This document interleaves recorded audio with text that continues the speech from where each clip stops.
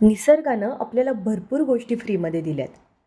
जसं की शरीर, डोळे, कान, नाक, घसा, अवयव, बुद्धी. याच्यासाठी आपण पे केलेलं नाही आहे. याचा सदुपयोग करून आपण खरंच काहीतरी चांगलं बनवू शकतो.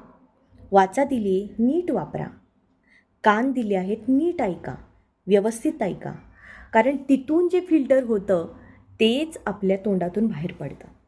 त्यामुळे चांगलं ऐका, चांगलं बोला. डोळे दिले आहेत, चांगलं बघा. निसर्ग खूप मोठा आहे. आता असं म्हणाल की आम्हाला बाहेर फिरायला पैसे नाहीत, तो विषय येतच नाही आहे. तुमच्याकडं मोबाईल आहे, तुमच्याकडं सोयीसुविधा निर्माण केल्या आहेत.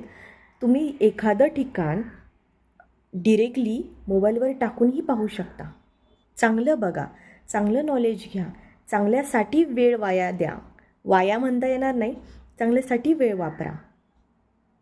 फक्त कसं आहे, प्रत्येकाला वाटताना समान वाटलं आहे. कुणी कसं खायचं, कुणी कसं खातं आहे हे आपापल्यावर डिपेंड असतं.